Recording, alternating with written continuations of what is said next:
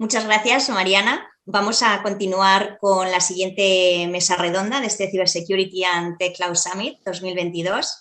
Voy a presentaros a las personas que nos acompañan ahora mismo aquí. Son Esther Tejedor, gerente de plataformas del Telefónica Tech, Carlos Castells, de Servan, CEO de Servan Group, Albert Priego, del grupo IB, y Isabel María Gómez, Global CISO de Atento. ¿Cómo estáis? Encantada de saludaros.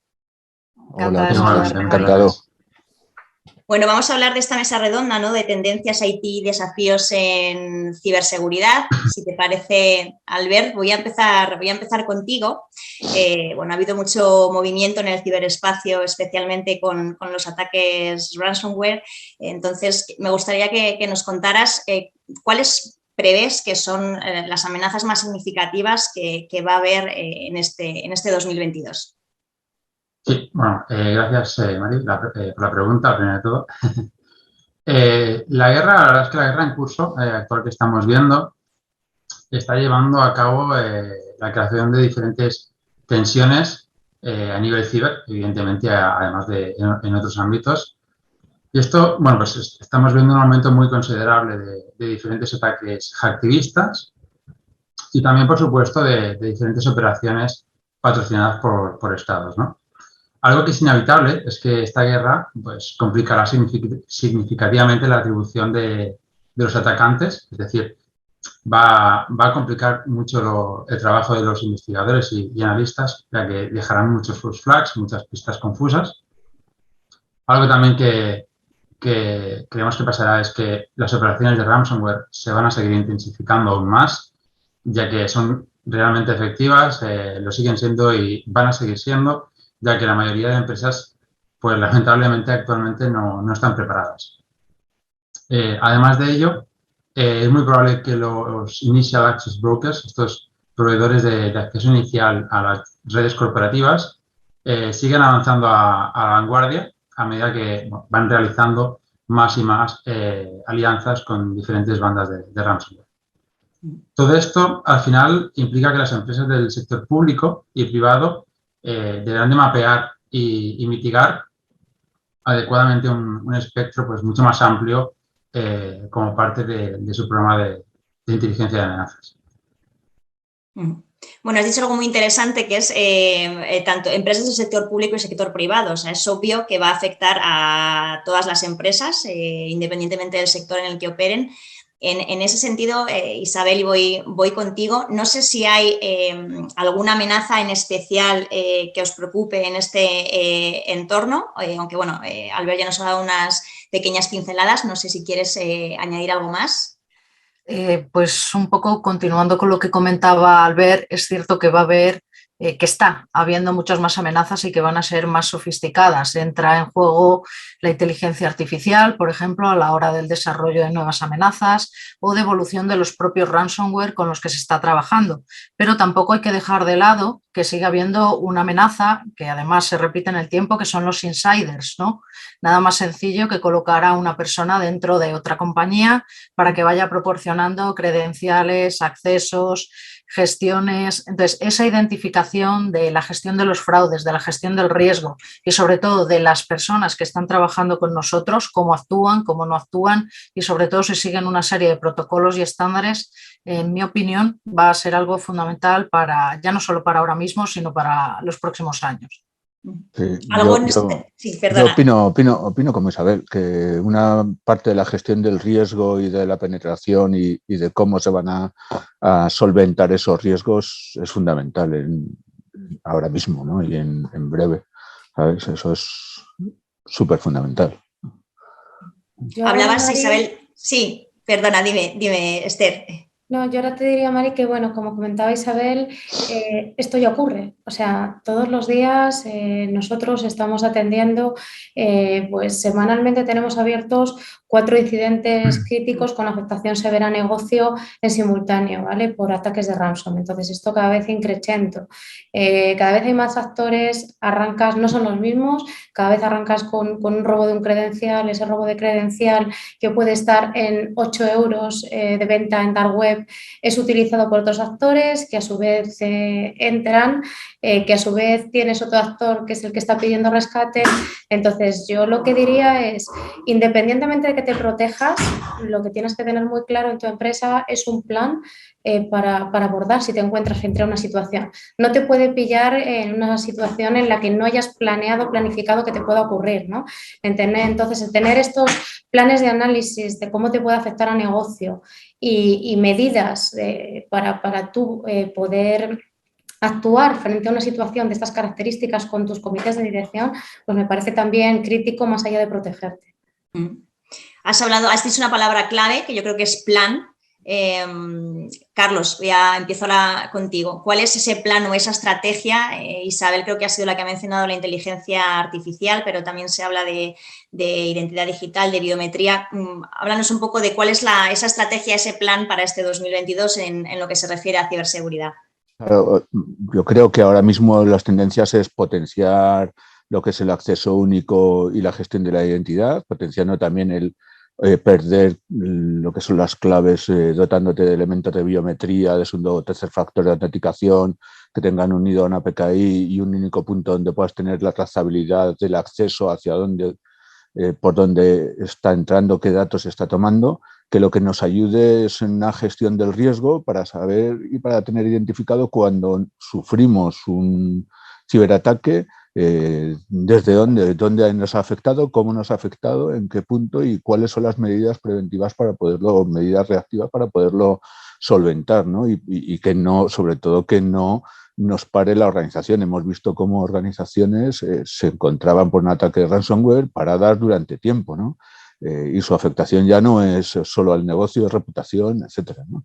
Entonces, todo ese análisis que decía Esther del riesgo y la mitigación del mismo, quizá previo, utilizando, como decía Isabel, la inteligencia artificial, protegiendo el IoT, cada vez utilizamos más IoT, es muy importante y es principal ahora mismo en lo que son los planes, estrategias, tanto de prevención, de mitigación, unido a la correlación de toda la información que tenemos y que nos dan los diferentes elementos de seguridad en la red, tanto perimetrales como de acceso interno, de acceso a los documentos, etc.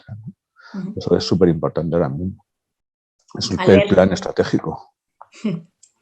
Sí, totalmente, estoy de acuerdo con lo que estáis comentando. Habéis dicho cosas bastante clave, como hablamos de datos, ¿no? De trazabilidad de estos datos, de saber esta identidad, por dónde pasa y demás. Creo que es algo muy importante y que no solo ya empezamos a hablar de cómo tenemos que hacerlo, ¿no? O sea, no solo el qué, sino el cómo. Estamos hablando de grandes cantidades de información. Y creo que es súper importante también saber cómo gestionarlas, porque todo el tema de logs, todo el tema de datos, creo que es un desafío actual para muchas empresas, sobre todo las que son grandes, la gestión de esta cantidad tan grande de datos. Claro, pero yo ahí coincido contigo, es importante esa gestión de esa cantidad grande de datos y sobre todo es que lo uno a lo que ha dicho tanto Esther como Isabel, de inteligencia artificial y riesgo, ¿no? Ya los atacantes se preparan, ¿no? Ya tienen su planificación, su estrategia para atacarte, para comprar las claves, etcétera. Pero es que toda la cantidad ingente de datos que tienes que analizar al momento para que te den 2 líneas de código para poder prevenir algo, eso también es súper importante. Toda esa ingesta y correlación de esos datos y hacerlo con seguridad también, ¿no? Es muy, muy importante. Y aplicarles inteligencia artificial para poder tener una seguridad, entre paréntesis, preventiva y predictiva, ¿no? Aunque es complicado, para que la afectación sea mínima cuando tengas y sufras un ataque, ¿no? Totalmente. El tema de... Perdón. Sí, no. Sí, el tema de la gestión de esta inteligencia artificial, de este machine learning, creo que es súper importante saber y confiar en los perfiles que van a estar implicados, porque creo que es un proceso crítico el analizar y el saber analizar toda esta información, saber escoger los algoritmos que tenemos que emplear, si es un machine learning supervisado, si es no supervisado, sobre qué conjuntos de datos se aplica. Creo que es súper importante, que puede significar un resultado totalmente distinto, que al final puede acabar siendo una detección, un falso positivo o cualquier otra cosa, ¿no? Yo aquí os diría que bueno, al final uno de los grandes retos, quitando ya el plano personas, sería la automatización, ¿no? O sea, estamos hablando de cantidad ingente de fuentes, como comentabais en las empresas pues grandes, al final tienes infraestructura cloud, infraestructura física, cada vez mayor, cuando hay una adquisición de una empresa te llegan nuevos equipamientos.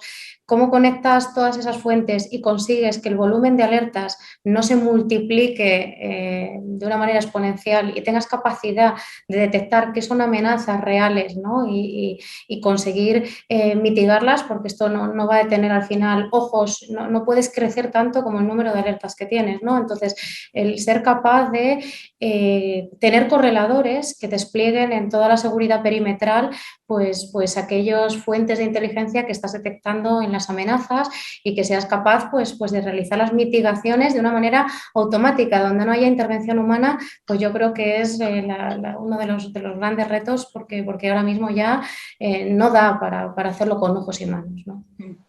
Isabel, no sé si quieres añadir algo hablando de estrategia o de retos, como comentaba ahora Esther. Pues mira, yo voy a discrepar un poquito. Yo creo que el factor humano es fundamental, es decir, la tecnología sin ese factor humano no nos sirve de nada. Es decir, quien pone la capa de entendimiento, como comentaba Albert, y yo creo que es el ser humano, pero sobre todo creo que es necesario el ser humano para darle una capa de innovación a todo lo que está ocurriendo. Es decir, la inteligencia artificial no solamente la utilizamos las empresas, también lo utilizan los cibercriminales. Entonces, sin ese comportamiento o sin esa capacidad de atribuir esa experiencia humana, ese conocimiento, esa forma de gestionar a la tecnología, la verdad es que no se va a poder avanzar demasiado. Y de cara a la innovación, yo creo que el customer experience, ¿no? el dar a los clientes la experiencia que verdaderamente están esperando es lo más importante, porque por muchas alarmas que recibas, por muchos elementos que gestiones, lo que ellos quieren saber es que están tranquilos contigo, que les dotas de la ciberseguridad, la gestión antifraude y la gestión de riesgos que merecen y esperan, y sobre todo que les acompañas, ¿no? Y los acompasas en esos cambios de transformación digital. Sí, pero al final, yo coincido contigo, pero al final también ese factor humano es un factor de innovación y de auditoría, ¿no? De ver los procesos. Tú estás implementando elementos de inteligencia artificial para que esa ingesta, esa correlación de datos produzcan y te ayuden a mitigar lo que son los ciberataques o a prevenirlos. Es importante, como dices tú, el contar con ese conocimiento y ese valor, ¿sabes? Y esa innovación que por el momento la da el ser humano, ¿no? Entonces, sí, esa visión, y esa visión también del Customer Experience, que también tienes tú, no tiene la máquina, ¿no? Por así decirlo. Pero sí que es necesario la conjunción de ambas partes, ¿no? Uno solo no va a llegar. Yo entiendo lo que dice Esther, porque uno solo no va a llegar a hacerlo, ¿no? Entonces necesitamos de ambas partes para poder llegar a un fin más correcto. Yo creo que aquí el kit un poco está, Carlos, ¿estás de acuerdo en que dónde empleamos la inteligencia de los analistas, ¿no? Puedes aplicarla poniendo ojos, ¿no? Que estén mirando, o puedes aplicar la inteligencia de esas personas montando casos de uso que lo que hagan es pues crearte un número de alertas valiosas, ¿no? Que esas son las que sabes, si ocurre esta alerta, esto tiene que ser una llamada telefónica inmediata, independientemente del horario, como sea, cuando sea, porque sabes que ahí te la estás jugando, ¿no? Igual te han llevado por delante, ¿no? Como solemos decir en este mundillo. Y al final es la gente necesaria siempre, siempre, ¿no? Pero ahí, pues os diría el siguiente reto, ¿no? Talento, o sea, ¿cómo está el mercado? Yo lo pongo sobre la mesa, ¿no? Porque es un tema que entiendo que no solo nos preocupa a nosotros en Telefónica, en concreto también a mí, sino que bueno, no hay suficientes profesionales de seguridad con conocimientos como para abordar el número de amenazas que tenemos en estos momentos, la dificultad. Entonces, bueno, no sé qué opináis de esto. Sí. Sí. Perdón, Albert. Gracias. Sí que es verdad, Esther, estoy súper de acuerdo. hay una falta importante de personas, pero también creo que hace falta un proceso de aprendizaje que creo que es necesario y lógico al final, tanto para los empleados como para las empresas. Ya que yo pues, personalmente tengo bastantes conocidos aquí en España que son grandísimos profesionales y que realmente se están yendo fuera, porque las empresas extranjeras están ofreciendo realmente mejores condiciones que las españolas, hablo en términos generales, claro, y realmente estaremos teniendo una fuga importante, ¿no? de profesionales, y esto al final, pues a mí también me preocupa, porque veo que muchos compañeros, que cada vez hay menos gente incluso aquí trabajando a nivel de ciber en España. Yo sí, perdonadme, ahora os dejo que sigáis comentando. Creo que la demanda, lo que ha planteado Esther, ¿no? O sea, creo que es algo que demandan todas las empresas y es una queja, o más que una queja, posiblemente sea otro de los grandes retos, ¿no? Ahora que estábamos hablando de retos, y es precisamente eso que decías tú, ¿no? Albert, de que primero hace falta un proceso de aprendizaje, y a mí, hablando un poco de esto que estáis comentando, me gustaría lanzaros así a todos una pregunta, y es ¿cómo pensáis que se puede conseguir esa concienciación, ¿no? Que yo creo que más que aprendizaje, esa concienciación de esa necesidad de formar y de buscar siempre ese talento, porque precisamente lo que comentaba Isabel, ¿no? Sin el factor humano va a ser muy difícil hacer frente a todas las ciberamenazas. Entonces, y empiezo contigo, Carlos, ¿cómo crees o qué crees que haría falta para precisamente comenzar ese aprendizaje o que las empresas realmente fueran más conscientes?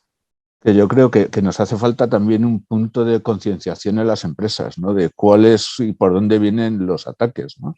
Y los ciberataques. Estamos todos, además, con lo último que hemos vivido, los 2 últimos años que hemos vivido, se nos complica el asunto, ¿no? Porque el perímetro ya no es algo que tenemos controlado en el edificio de la empresa y en las 3, 4 o 20 sedes o subsedes que tengamos, sino que ya es en casa de cada uno, en dispositivos que estamos utilizando varios en la familia seguramente, entonces se complica. Ahí la concienciación es necesaria. Y luego el grado de necesidad que tiene de aprendizaje constante y continuo para seguir avanzando en el tema de ciberseguridad es muy alto, ¿no? La curva de aprendizaje aquí no llega nunca a dejarse de tener, ¿no? Puedes aprenderte unas herramientas, pero es que en 6 meses han cambiado. Y los ataques, como decía, creo que era Isabel al principio, evolucionan tanto los ransomware, ya no es que sean ransomware hace 3 o 4 años, han evolucionado que parecen un virus en toda regla, ¿no? Y van evolucionando constantemente. Entonces, el grado de afectación y de necesidad que tienes para ahora mismo poder analizar y tener ese talento es complicado. Entonces, también es cierto, y coincido con Albert, que hay que pagar el talento, ¿no? Hay quien se esfuerza, quien está muy metido, cada vez es más difícil conseguir ese talento, y las empresas sí que creo, por otro lado, que hay empresas, o el foco ya es dar ese talento dentro de las empresas, y ahí quizá el mayor reto de las empresas es cómo mantener y cómo retener ese talento, ¿no? En un mundo en donde es súper competitivo y nada más que vemos el talento en algún sitio, si tenemos cuartos para podernos gastar y adquirirlo, lo vamos a adquirir, y todo depende de la consideración que tengamos del riesgo. Ahí lo uno a lo que hablábamos también en otro momento, ¿no? Del análisis del riesgo que tenemos y cómo afecta. El tener una empresa parada 1 hora o un día quizá deba permitir el que nos gastemos más dinero en formar al personal, en darles esa experiencia, en permitirles ataques, laboratorios, zonas de pentesting, zonas de chequeo, de auditorías que nos prevean todo esto. Claro, también es un elemento o un entorno en donde de tener un commodity muy alto, ¿no? Porque con el antivirus pensamos que estábamos protegidos. En 4 o 5 años esto ha variado completamente, ¿no? La parte de ciberseguridad hace 5 años se escuchaba muy poco. Ahora mismo es el pan nuestro de cada día, ¿no? 100%. Entonces, mantener el talento, criarlo y mantenerlo es muy complicado. Es uno de los grandes retos que tenemos por delante, sinceramente. Carlos ha dicho... bueno, perdona, Albert. Perdón. Sí, no hay problema, Albert.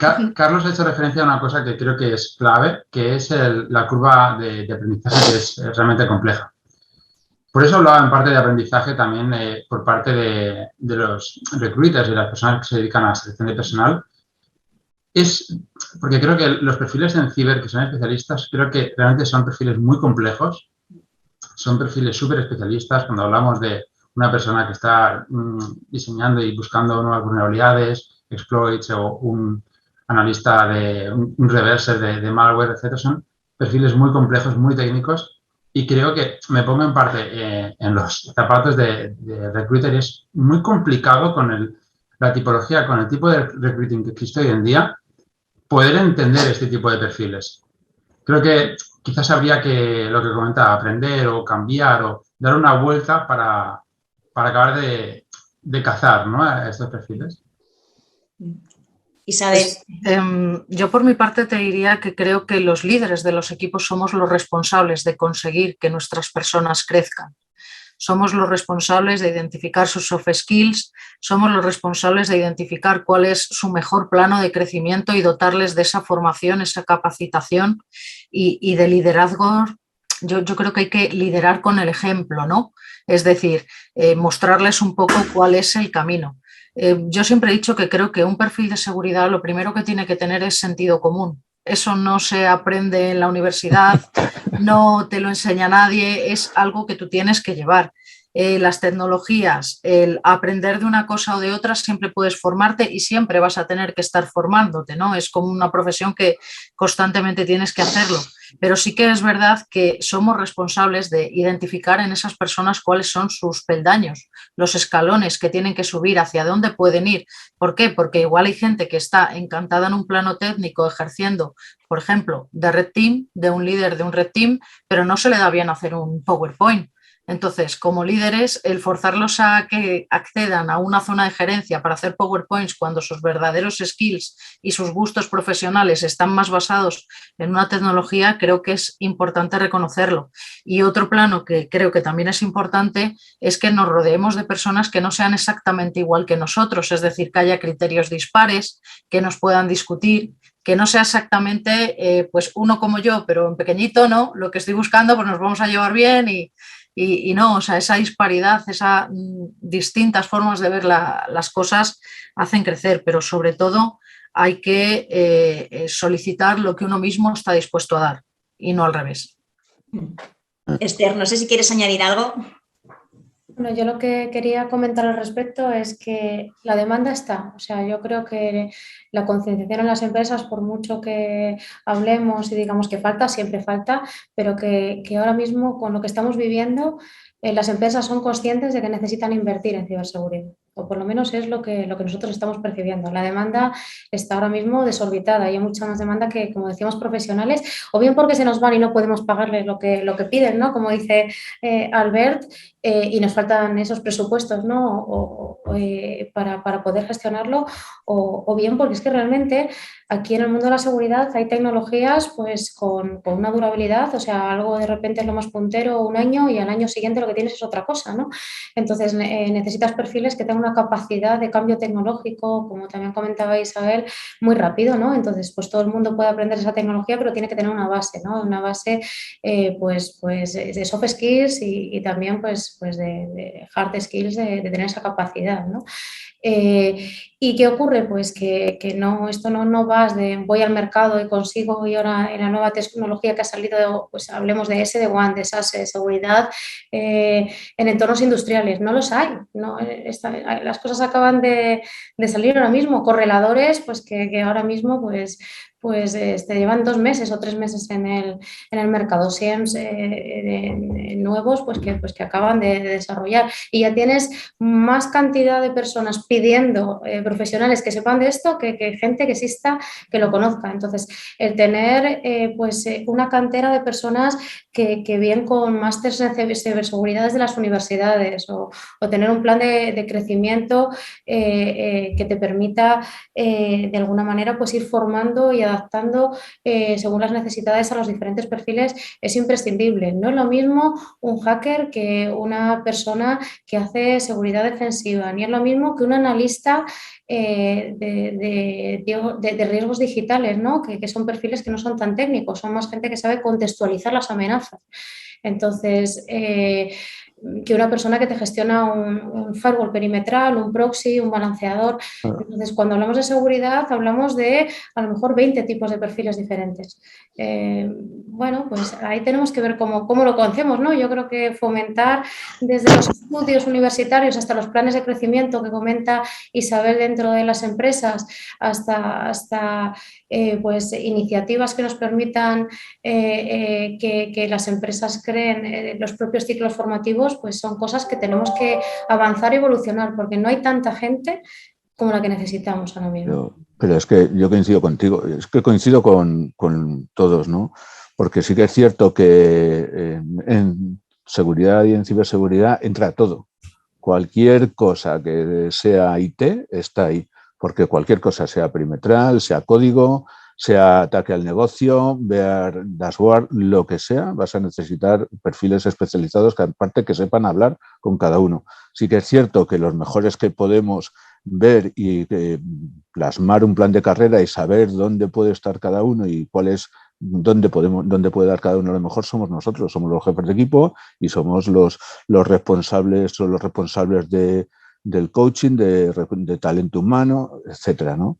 Pero también es cierto que o desde la universidad o desde el entorno profesional se impulsa ya que aparezcas con esos conocimientos, o sí que tendremos grandes profesionales que sepan una tecnología de firewalling muy buena, que lo mantengan durante tiempo, pero que no sean capaces de ver una solución holística mucho más allá, ¿no? Y ahora mismo lo que tenemos es que la ciberseguridad es un elemento muy adaptativo a las necesidades, que cada 6 meses se está cambiando, salen nuevas cosas. Hasta ahora teníamos data lakes, data warehouse, ahora teníamos data lakes, los podemos consumir en cualquier sitio, desde tu casa, desde donde sea, acceso a miles de datos.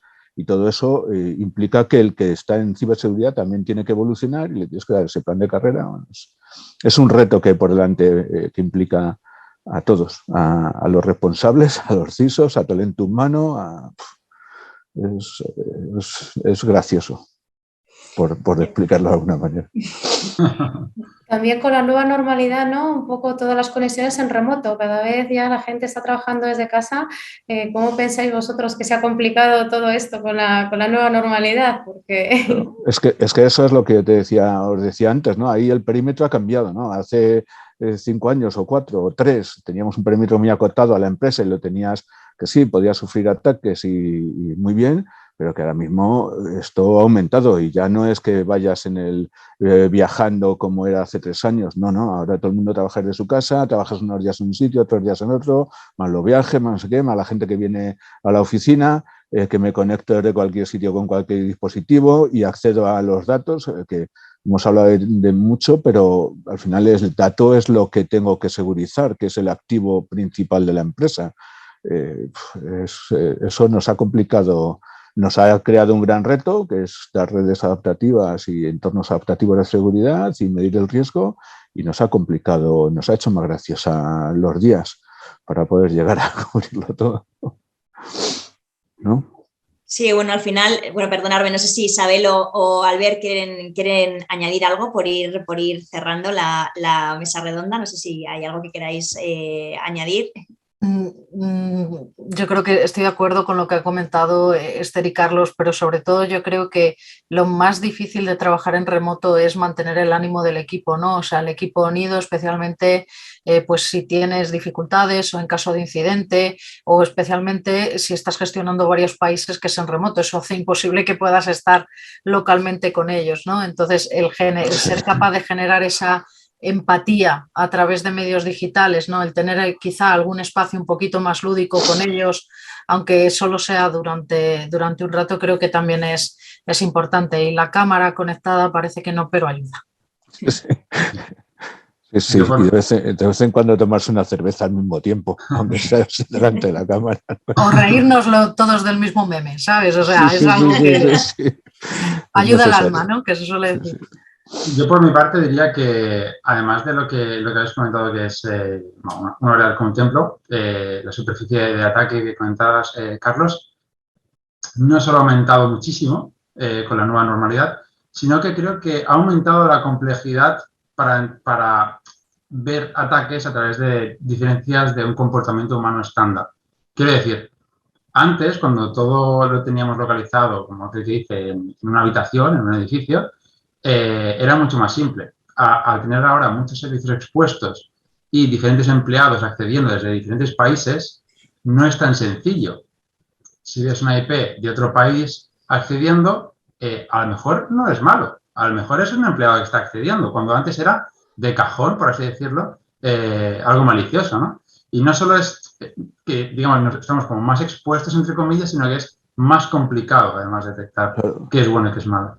Es que tienes, aparte de la exposición, no es solo que tengas una IP, es que dentro de la IP en tu casa, pues puedes tener una Alexa, puedes tener una televisión Smart TV, que al final es atacable cualquier cosa, ¿no? Entonces, desde la Alexa te controlan las luces, controlan tu frigorífico que también está conectado a Internet.